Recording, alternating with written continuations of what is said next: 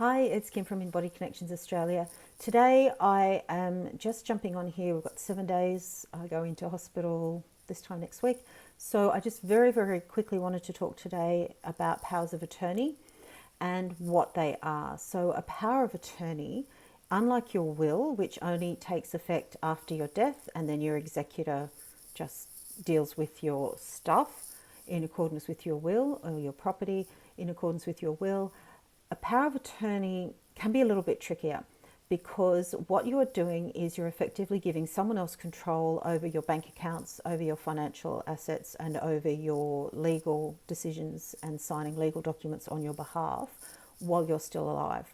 And so if you were going overseas for an extended period of time, so for example, I'm not going to do a power of attorney, because even though I'll only be in hospital for, a week, maybe 2 weeks, and so I'm, prepaying my bills, I'm getting all of my financial stuff and making sure that that's all taken care of before I go. If, however, you were going overseas for an extended period of time, months and months and months, and again, now with, electronic banking and internet banking and things, it's not as big a deal as it used to be years ago, 10 years ago, 20 years ago, when you could appoint someone just for that period of time who could pay your bills and look after everything for you while you're out of the country and weren't able to do it for yourself. So that is a limited power of attorney for a specific period of time. So if I wanted to, I could appoint someone to look after my financial affairs and take care of things on my behalf for that short period of time that I'm going to be, or hopefully short period of time that I'm going to be in hospital. The other thing that is that you can do, or the other type of power of attorney, is an enduring power of attorney.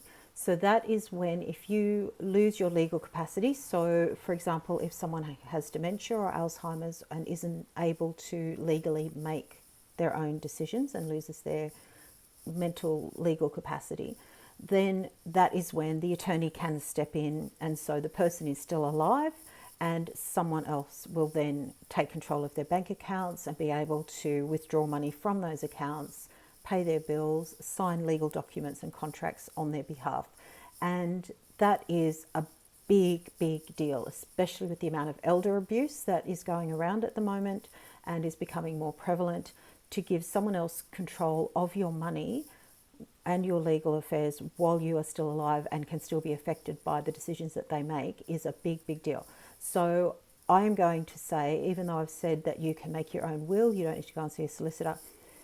If you are thinking of having a power of attorney, make sure you go and see a solicitor and make sure that you are the one who is in control of that conversation. I lost count of how many times when I was practicing law, adult children would bring their parents in to see me and they would say that, we want a power of attorney for mum or dad. They would do all the talking and immediately your alarm bells go off.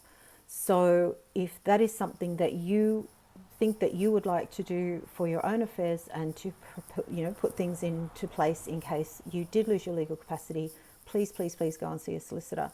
As I said, it's not something that I really wanted to spend a lot of time on here, other than to mention it, because it is part of the holy trinity of a will, power of attorney and an enduring guardianship, which I will pop back on and talk about tomorrow. But I just wanted to quickly mention it, let you know what they are.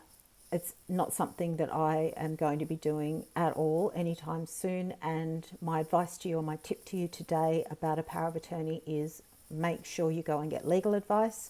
Make sure that it's your decision and that you're not being coerced or harassed into doing that by anyone else in your family, and absolutely go and get legal advice. So until tomorrow, much love. Bye.